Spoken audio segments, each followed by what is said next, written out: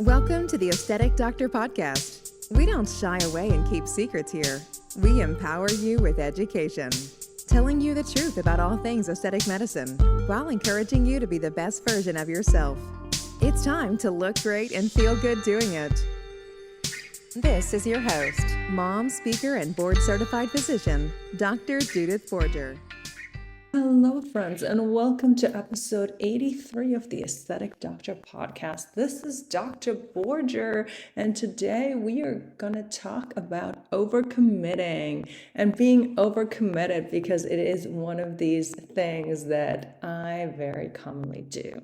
That is also the reason that the release date for this episode is a couple days behind schedule because I am in the middle of this amazing whirlwind tour where I flew to Vancouver for an amazing workshop on radio frequency microneedling, a lecture that I was giving. I flew from there right to Florida where I took my family and some friends on an incredible cruise. Now I'm back, and actually just a couple hours I'm going to spend a couple days, fly to Kansas City to spend a couple days doing some ear locums and teaching some residents and fellows there. So overcommitted, right? I think it's one of those things that some of us do.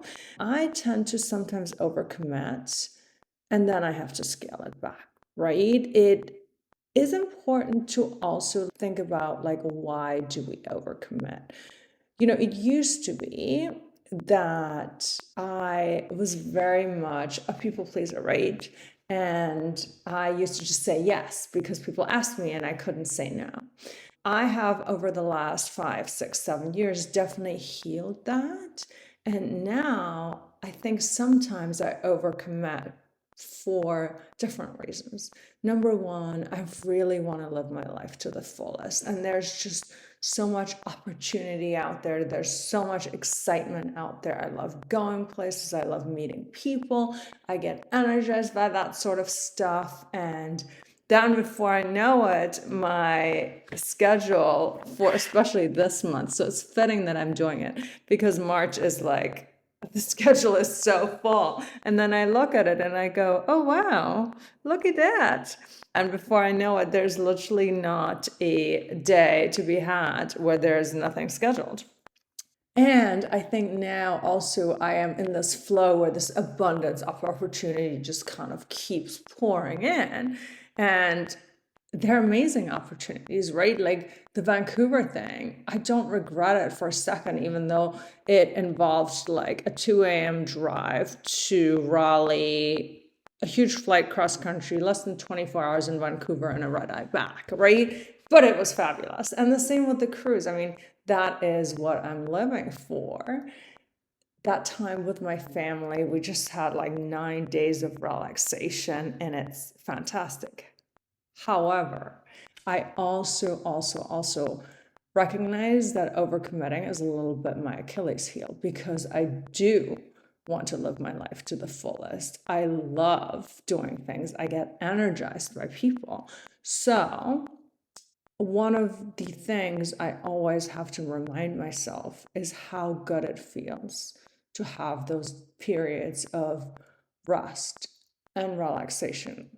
Even though I kind of feel like I just had that. So this month is also a little different because part of my, quote, full schedule overcommitment has to do with the fact that we took a 9-day vacation.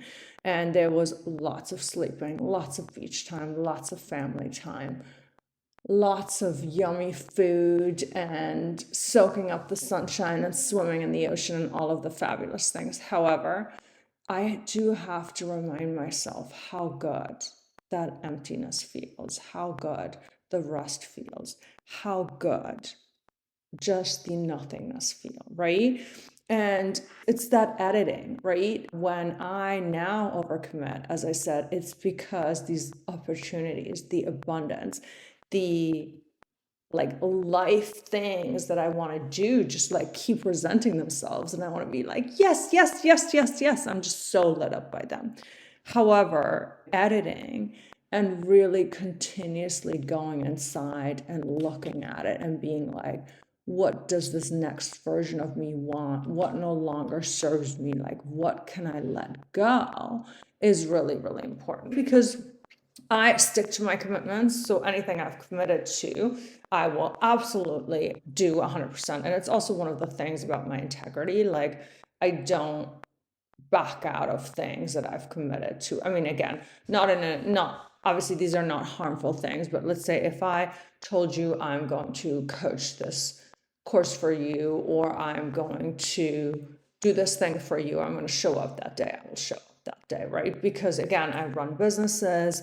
I know how important it is for people to rely on you. And I also have that integrity because I now commit joyfully. I didn't commit because I couldn't say no. I committed because I really wanted to do it. And I think it's really important as life evolves, as your family evolves, as your opportunity evolves, to continuously look at things. And I'm saying this more to me than I'm saying this to you, but I'm saying this to you, speaking it out loud. I continuously have to look at, for these goals that I have, for this vision of my life that I have, which of these opportunities serve me and which of these opportunities no longer serve me. One of those ways was to really even let go of like a part-time commitment in the ER, because this version of me is like, no, I don't want to be bound by your schedule. Like, I would like to just work for you, and then to keep my skills, I'll do some locums and I'll travel. And it allows me, for example, this summer to take 6 weeks off with my children. Part of that is also that I do know financially right now, yes, I should go work these shifts and I should go show up in my office, because that way I will take 6 weeks off. And part of this editing, of this recreating this life, of this committing, is also at some point for me to set like a hard stop. For example, I got some amazing speaking opportunities lined up. I got accepted to speak at the American College of Emergency Physicians National Meeting. Actually, I'm going to speak about med spa complications that might show up in the ER, because of course it's a big deal, right? Everything comes to the ER, and I want ER physicians to really know how to deal with what comes from a med spa, and who better to talk about that than me. And so that is an assembly that has almost yearly about close to 10,000 attendees. So of course that's a huge opportunity, like, right? I'm going to take that. That's a national stage. I have booked 2 more retreats. You guys, I'm going to be doing some ketamine retreats for September and October. I just got invited to speak at a Heart Healing International Virtual Summit where Joe Vitale is the keynote speaker. I mean, of course I'm going to do that. And at the same time, like, there was another retreat I was going to go as an attendee, and I was like, you know what? I'm not going to do that this year.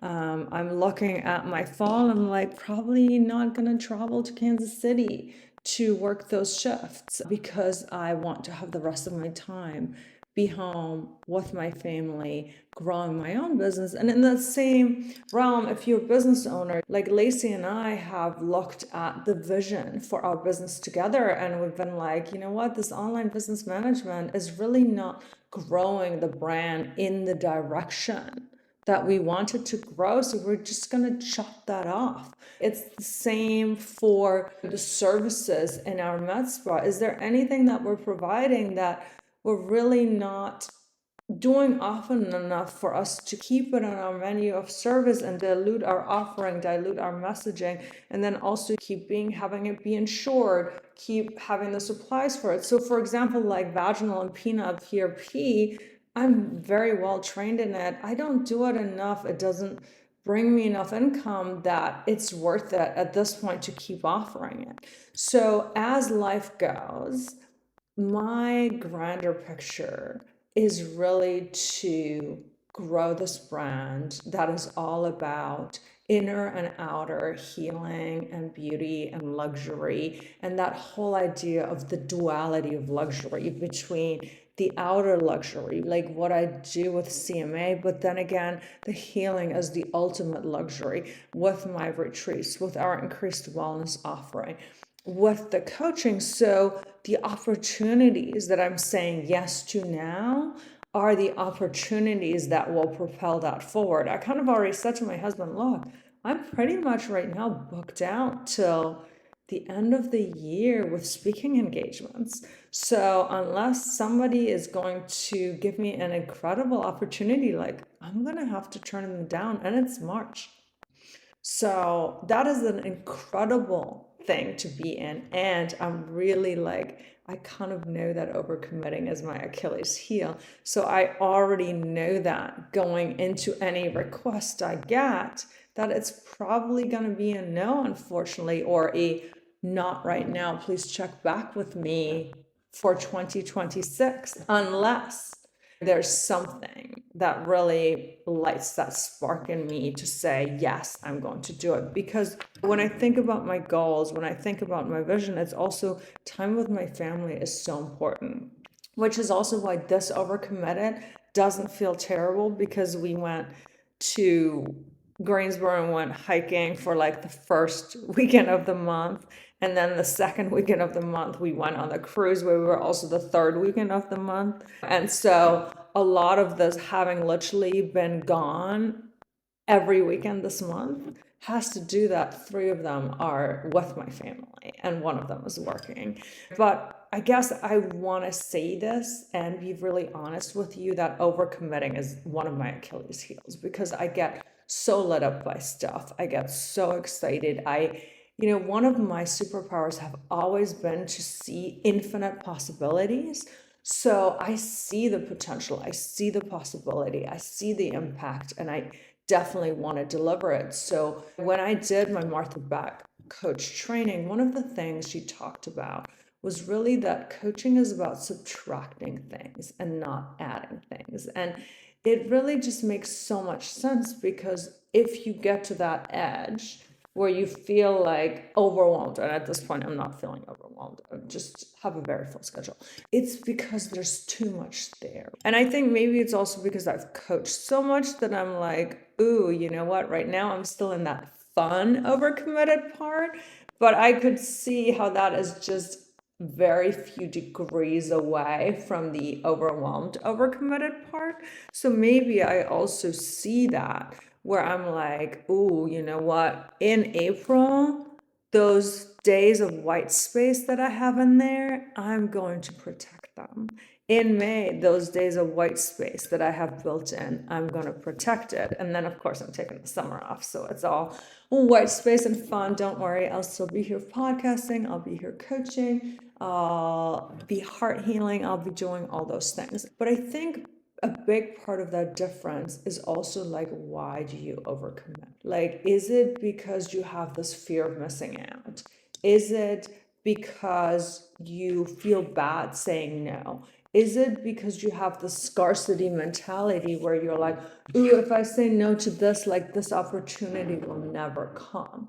So I think if any of you feel in this overcommitted stage, I want you to also think about why. Or is it because you're just like, oh yeah, this sounds so much fun? And the other issue that I have is that on my schedule, it doesn't look that bad. And then when you do it, you're like, oh yeah, this does go to midnight and I do like to sleep after. And we are all continuously evolving, right? So I know it's one of my issues, or not issues, I don't want to call it issues. Let's say it's one of my tendencies to say yes because I want to live this life to the fullest, and I get lit up and I'm just excited about it. And I also know that I have to be very mindful, because this living life to the fullest is not that far away from being like, oh my God, I'm just tired. Like, why am I doing all this stuff? So those are my thoughts on overcommitted. If you're an overcommitter like me, let me know. And I'm going to be totally fine, because again, part of my overcommitments do include vacation times, to include retreats, to include some really, really fun things. And that's maybe also the difference, is your overcommitment to something that generally brings you joy, or is your overcommitment to more work meetings, more unpaid responsibilities? And how do you feel about the things that you committed to? Like, when I look at all the things I committed to, I'm going to be honest, there's not a free day on my calendar in March. However, I feel really damn good to anything that I committed to, and already looking into September, because I know I'm hosting one of my own retreats that I want to have all the energy and all of the space for. I know I'm flying to Salt Lake City to lecture at this incredibly big conference. And because I also want to show up as my best to this international amazing heart healing summit, I already have sort of this flag on September, as in, be very careful what you invite into September. I feel like right now my life has this like abundance of opportunity and joy and things pouring in that I want to grab by the horns, and my tendency to overcommit is definitely one of my Achilles heels. So, totally being honest with you, love you all, and I will see you next time. Ooh, if you do want to hear more about all of the retreats that I'm planning on hosting, like, make sure to subscribe to our email list so that you get to be the first to know about this, because our next retreat is coming up the beginning of April at the incredible Miraval Tucson.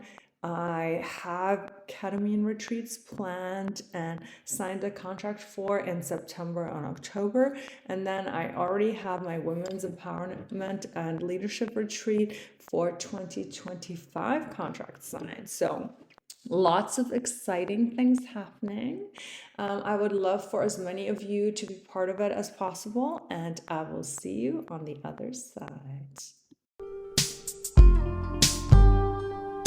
Thank you for listening to the Aesthetic Doctor Podcast with Dr. Judith Borger. We'd love to connect with you outside of the show.